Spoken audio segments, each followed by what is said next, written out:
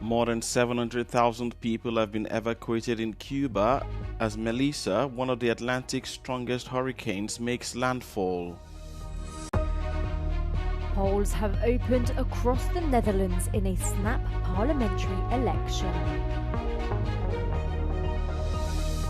Police in Rio de Janeiro conducted a massive raid targeting the notorious Red Command gang in the city's favelas, leading to a shootout which killed at least 64 people.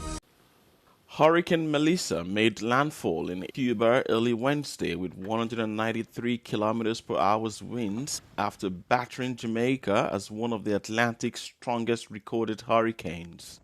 Melissa made landfall near Chivirico in the province of Santiago de Cuba. The storm was expected to generate a surge of up to 3.6 meters in the region and drop up to 51 centimeters of rain in parts of eastern Cuba. Authorities said they evacuated over 700,000 people as the storm approached, threatening to batter the island nation and potentially worsen its severe economic crisis. Meanwhile, as Cuba grapples with the storm, officials in Jamaica prepared to fan out on Wednesday to assess the damage.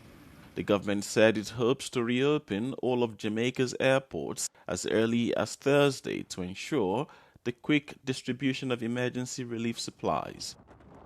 At least 7 people, including 3 in Jamaica, have been killed by Hurricane Melissa as it batters the Caribbean.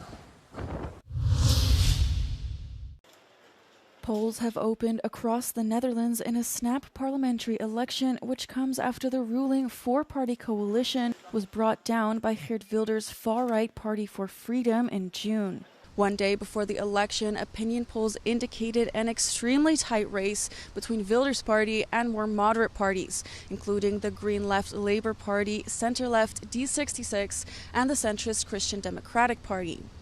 That means that the party that comes out on top could make the difference in pivoting the new governing coalition towards left of center or further towards the right. The first exit poll is expected at 9 p.m. as soon as polls close. Historically, Dutch exit polls give an accurate prediction of the final results, with marginal differences of 1 to 3 seats. Negotiations will likely begin on Thursday into the makeup of the next governing coalition. Emma de Ruiter from The Hague for Euronews. A massive raid on a drug trafficking gang in Rio de Janeiro on Tuesday has led to deadly shootouts between the group and police officers.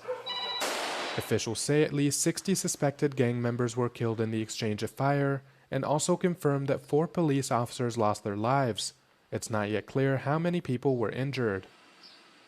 Police forces deployed helicopters and armored vehicles to carry out the raid in the sprawling low-income favelas of Complexo de Alemão and Peña in Rio. They were targeting the notorious Red Command gang, who are responsible for a significant portion of the movement of illicit drugs and weapons in Brazil's second most populous city. Rio State Governor Claudio Castro said the raid was the biggest in the city's history, which seized close to 100 illegal firearms and over half a ton of narcotics. At least 81 suspects were also arrested during the raid. Police say those who were neutralized resisted police action. The UN's Human Rights Council said it was horrified by the deadly police operation and called for thorough investigations into the matter. They also urged authorities to uphold their obligations to not endanger civilians and protect human lives, as enshrined in international human rights law. From the most famous village in ancient Gaul straight to Portugal, or rather Lusitania. Asterix in Lusitania is the 41st album in the series, the 7th without the hand of creator Albert Uderzo. Euronews spoke to the current authors Fab Carreau and Didier Conrad and asked why it took so long for the Gauls to have an adventure here. Quand on a commencé la reprise, le Portugal est tout de suite venu comme une possibilité. Peut-être aussi parce qu'on était venu au Portugal juste après les Pictes et qu'il y a eu une certaine insistance des Portugais à qu'on fasse un album chez eux. Fabrice, tout de suite, spontanément, il avait envie d'aller là, donc nous, on était très contents. Like all the books in the series, this one plays with the stereotypes surrounding countries. From fado to pastéis de nata, it's all here, but Fab Carreau wanted to add something else. L'hospitalité, je crois. L'hospitalité, faisait pas forcément partie du scénario au début. Au début, j'avais repéré les clichés gastronomiques, la saudade et tout ça, la morue. Dans les caractéristiques, la saudade, on est parti là-dessus. Mais c'était pas tellement tourné sur l'hospitalité, le côté chaleureux, accueillant des Portugais. Et quand on est venu avec l'éditeur, on se dit non, il faut ajouter un petit peu de cet aspect-là. Donc j'ai réécrit, j'en ai rajouté dans le scénario sur le côté accueillant, solidaire aussi du peuple portugais. The publishers confirm in the first 4 days all sales records were broken. The presentation at the cinema in Lisbon was packed. After all, Lusitanians love Asterix and Obelix. Nós começamos a ler e ao princípio pensamos, nós não somos nada assim, mas depois, à medida que as páginas vão passando até ao fim, acabamos por ter de admitir que somos tal e qual como vem no livro. Posso fazer um bocadinho um disclosure, somos tristes, estamos sempre tristes, cantamos uma música muito triste, comemos muito bacalhau e comemos pastéis de nata. Eu acho que isto resume bem o que é ser português em três passos. É verdade que Lisboa está muito diferente desde o tempo dos romanos, em que se chamava Olicipo. Foi preciso esperar 41 álbuns para que os nossos amigos Asterix e Obelix viessem até aqui à Lusitânia, mas valeu a pena a espera. O livro já está a ser um sucesso, incluindo entre o público português. Foram feitos 5 milhões de exemplares em 25 países, 19 línguas, incluindo línguas muito pouco faladas, como o mirandês, só que em Portugal foram feitos 80 mil exemplares. Ricardo Figueira com a imagem de Bruno Silva, Euronews, Olicipo, Lusitânia.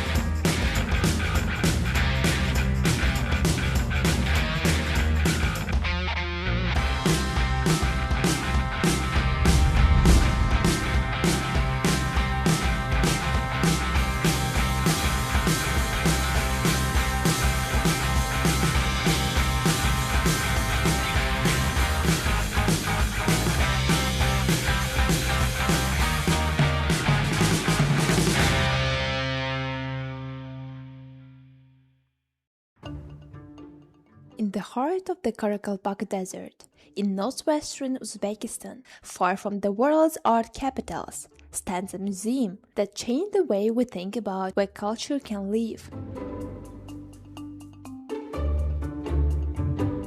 This is the Savitsky Museum, known to many as the Louvre in the desert. Inside, every wall tells a story. From the bold lines of Russian avant-garde painters to the silent fragments of ancient Horizm. Here, forgotten art found its home. Наш музей был основан в 1966 году московским художником Игорем Витальевичем Савицким.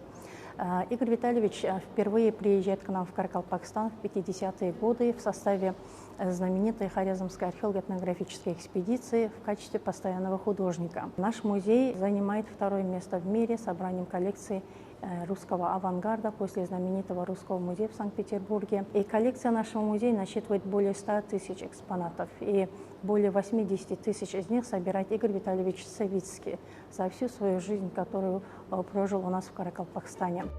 Savitsky, a Moscow artist turned collector, fell in love with this remote region. What began as a modest effort to preserve local crafts became one of the world's greatest collections of suppressed and forgotten art.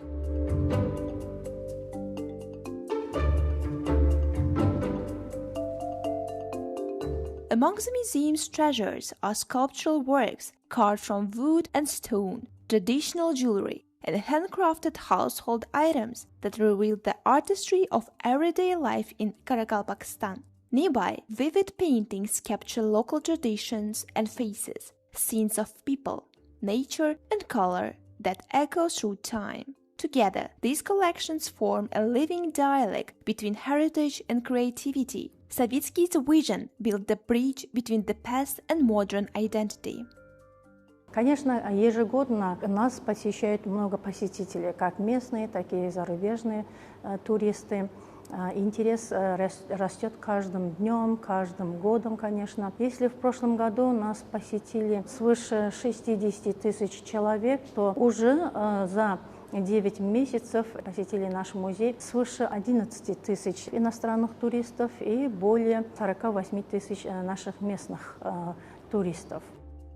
The Savitsky Museum is more than a gallery.